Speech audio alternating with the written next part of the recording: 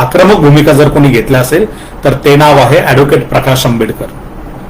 बाळासाहेब आंबेडकर यांनी संसदेत सुद्धा हा मुद्दा मांडलेला आहे. 2000 सालचं त्यांचं संसदेतलं भाषण उपलब्ध आहे. RSS राष्ट्रीय प्रतीकांना मानत नाही, राष्ट्रध्वज त्याच्या मुख्यालयावर फडकवत नाही, यावरून तिथे बाळासाहेबांनी संसदेमध्ये हा मुद्दा गाजवलेला आहे. आणि जर RSS राष्ट्रध्वज मानत नसेल तर भाजपा RSS सोबत संबंध ठेवणार आहे का की फारकत घेणार आहे आणि त्यांच्यावर काय कारवाई करणार आहे, हा प्रश्न बाळासाहेबांनी तिथे उपस्थित केला होता.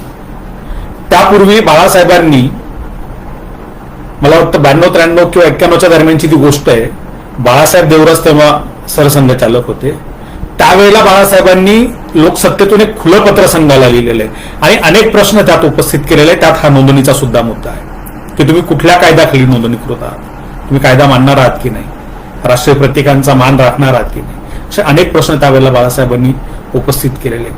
त्यामुळे हा मुद्दा घेऊन सातत्याने आंबेडकरी नेते, आंबेडकरी चळवळ, आंबेडकरी मुवमेंट ही काम करते, बाळासाहेब आंबेडकर काम करतायत आणि या मुद्द्यांना सातत्याने पटलावर आणण्याचं काम आपण करत राहिलेलो आहे. मात्र याकडे दुर्लक्ष करण्याचं काम त्या काळातील सत्ताधाऱ्यांनी केलेलं आहे आणि या सत्ताधाऱ्यांमध्येही काँग्रेस सुद्धा होती.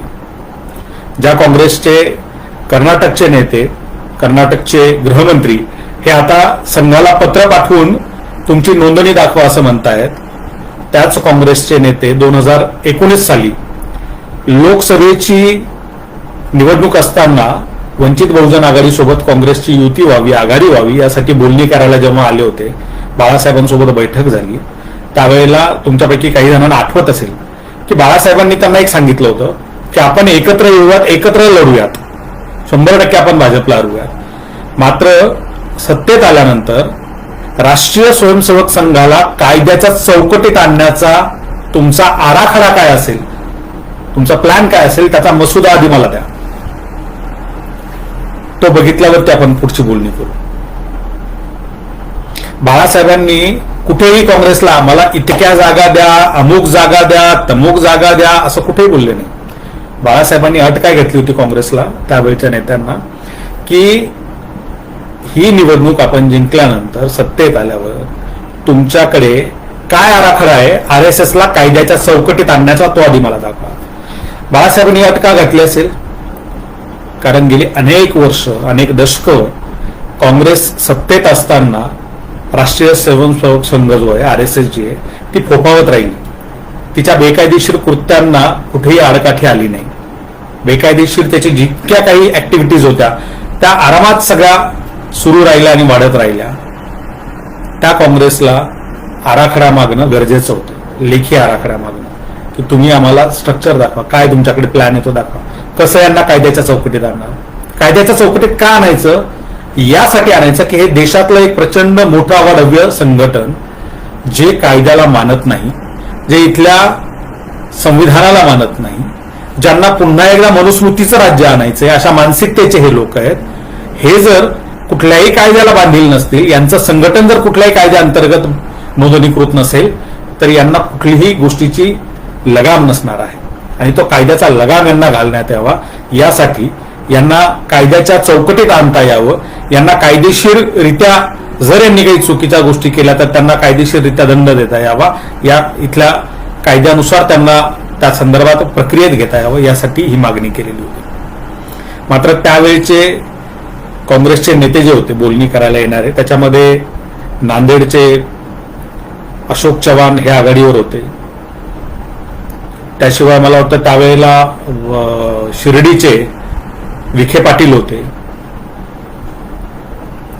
ही सगळी माणसं आता भाजपमध्ये आहेत आणि बाळासाहेबांनी या मसुद्याची मागणी केल्यानंतर या सगळ्यांनी असा स्टँड घेतला की आम्हाला कळतच नाही बाळासाहेबांना काय हवंय.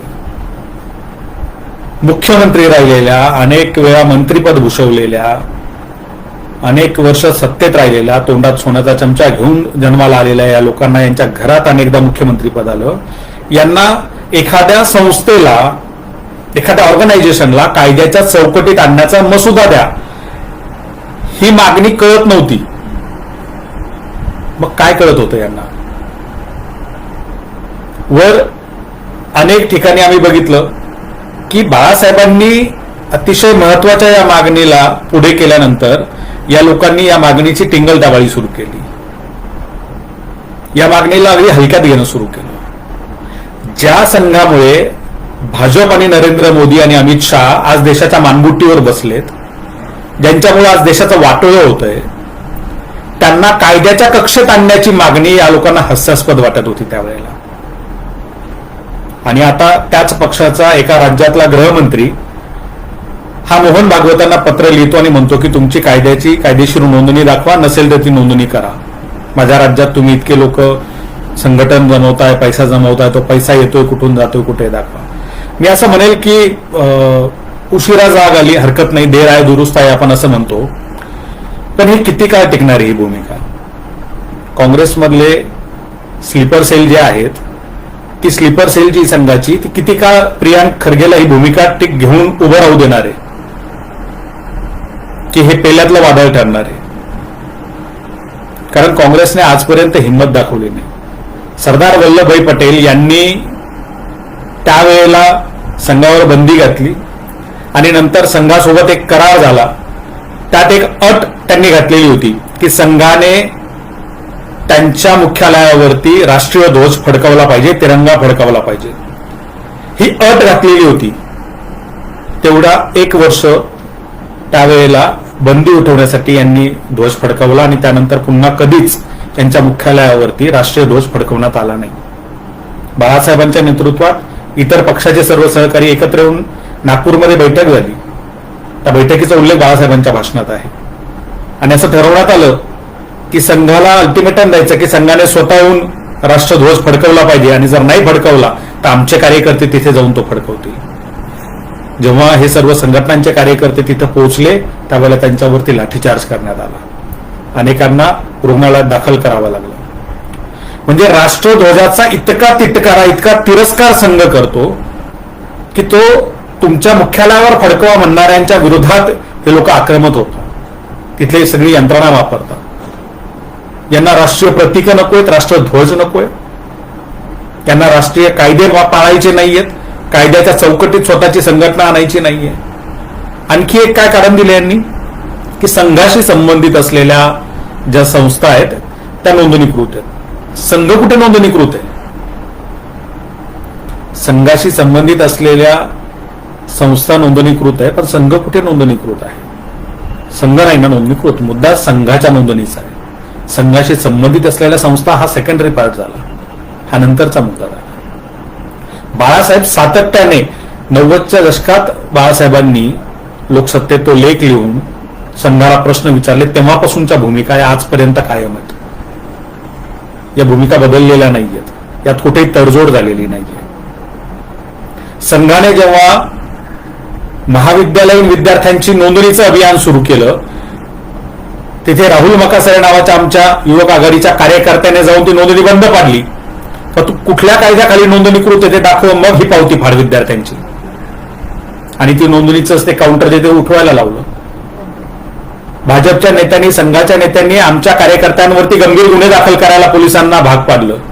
आणि त्याच्या विरोधामध्ये वंचित बहुजन आघाडीने सुजात आंबेडकरांच्या नेतृत्वात ऑक्टोबर 2025 मध्ये तिथे औरंगाबादमध्ये मोठा मोर्चा काढला. संघाच्या कार्यालयावरती मोर्चा काढला. त्यावेळेला संघाला एक राष्ट्रध्वजाची भेट, एक संविधानाची प्रत भेट आणि धर्मादाय आयुक्तालयाकडे नोंदणी करण्यासाठीचा जो कायदा आहे त्या कायद्याची प्रत भेट, अशा 3 गोष्टी आम्ही तिथे भेट दिल्या. सुजात आंबेडकरांच्या हस्ते त्या संघाला भेट दिल्या की आम्ही तोडफोड करायला आलेलो नाहीये, आम्ही मारझोड करायला आलेलो नाहीये, आम्ही कायदेशीर सनदशीर मार्गाने इथं आलोय. तुम्ही कायद्याचं पालन करा हे सांगण्यासाठी, तुम्ही इथल्या कायद्याचा सन्मान करा हे सांगण्यासाठी, तुम्ही इथल्या संविधानाचा सन्मान करा हे सांगण्यासाठी. आणि त्या आंदोलनाचा परिणाम असा झाला की देशभर त्या आंदोलनाची चर्चा झाली. कारण तोपर्यंत संघाच्या कार्यालयावरती मोर्चा जाणं ही गोष्टच कुणी केलेली नव्हती. पुढे चालून नागपूरमध्ये बाळासाहेब आंबेडकरांच्या नेतृत्वात एक मोठा मोर्चा झाला. की नरेंद्र मोदीने देश विकायला काढलाय, नरेंद्र मोदीने पूर्णपणे अमेरिकेसमोर लोटांगण घातलंय, त्याचं एप्स्टीन फाईलमध्ये नाव आलंय, असा मॅनेज झालेला पंतप्रधान हा देश पूर्णपणे नेस्तनाबूद करू शकतो लोकांच्या हातचं बाऊलं बनवून. त्याला सत्तेतून खाली खेचा आणि इतर अनेक मागण्यांचं, या सगळ्या नोंदणीच्या मागणीचं तिथे मोठा मोर्चा संघाच्या मुख्यालयावरती बाळासाहेबांच्या नेतृत्वात काढण्यात आलेला होता. संघावर थेट चाल करून जाणारे आम्ही माणसं आहोत, संघाशी थेट 2 हात करणारे आम्ही माणसं आहोत. मात्र आता प्रियांक खरगेंनी घेतलेल्या भूमिकेचंही आम्ही स्वागत करतो. फक्त माझी अपेक्षा एक आहे की हे तात्पुरतं लुटूपुटूचं ठरू नये आणि काँग्रेसमध्ये असलेली जी स्लीपर सेल आहे तिच्या दबावाला प्रियांक खरगेने बळी पडू नये. बाळासाहेब आंबेडकरांनी सातत्याने संघाच्या अनुषंगाने मुद्दे उपस्थित करताना एक अतिशय राष्ट्रीय सुरक्षेच्या संदर्भातला मुद्दा उपस्थित केलेला आहे. दसऱ्याच्या वेळेला नागपूरमध्ये दरवर्षी शस्त्रपूजन करतात. संघ शस्त्रपूजन करत असताना तिथे जी शस्त्र मांडली जातात त्याचे फोटोज, व्हिडिओज अनेक वर्तमानपत्रातून, टीव्ही चॅनलवर दाखवले गेलेले आहेत. त्यात अशा काही शस्त्रांचा समावेश आहे जी शस्त्र सामान्य माणसाला वापरण्याची परवानगीच नाहीये. काही शस्त्र ही आपल्या सैन्याकडे नाहीयेत, अशा पद्धतीची अत्याधुनिक शस्त्र ही संघाकडे आली कुठून आणि हे शस्त्र बाळगण्याचा अधिकार संघाला दिला कुणी? कुठल्या कायद्याखाली हा अधिकार मिळालेला आहे? पूजन करायचं नाही करायचं हा नंतरचा भाग झाला. देशाच्या सुरक्षेसाठी 3 सैन्य दलं आहेत. देशांतर्गत सुरक्षेसाठी अनेक वेगवेगळ्या पद्धतीच्या सुरक्षा यंत्रणा आहेत. मग संघाला शस्त्र हवं कशाला? संघाकडे हा शस्त्रांचा जमावडा कशासाठी? त्यांच्यावरती आजपर्यंत त्या शस्त्रपूजेवरून अनधिकृतरित्या मोठमोठ्या रायफल्स आणि ती सगळी अत्याधुनिक शस्त्र तिथे ठेवलेली होती. ती ठेवली म्हणून आजपर्यंत सरकारने कारवाई केलेली नाही. 2014 पासून भाजपचं सरकार आहे, त्याच्या आधी काँग्रेस होतं.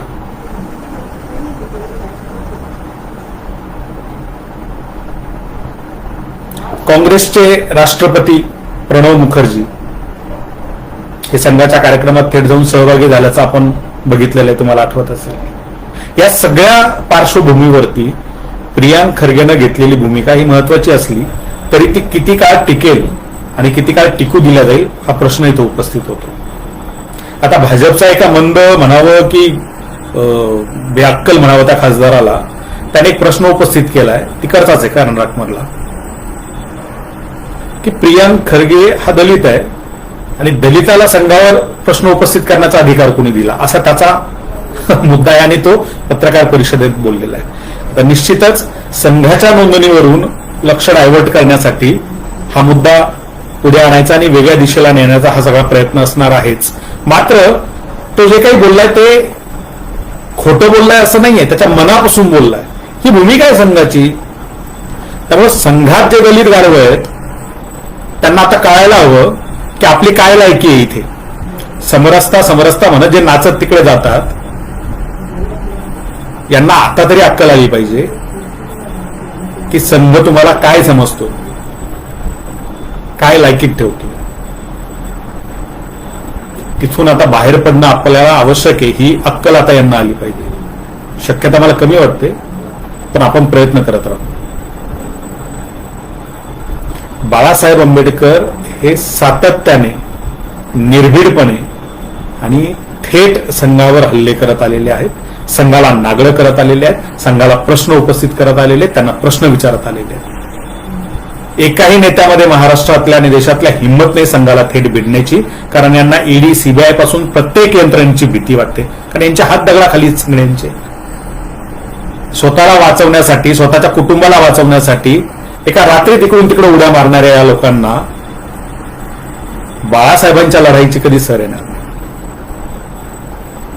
तुम्ही नाटक करू शकता, तुम्ही आव आणू शकता, तुम्ही लढू नाही शकत जसं बाळासाहेब लढतात. वंचित बहुजन आघाडी लढते, आंबेडकरी चळवळ लढते. मात्र दुर्दैवाने याच आंबेडकरी चळवळीला, याच वंचित बहुजन आघाडीला, याच बाळासाहेब आंबेडकरांना ही सगळी मंडळी बदनाम करत असते,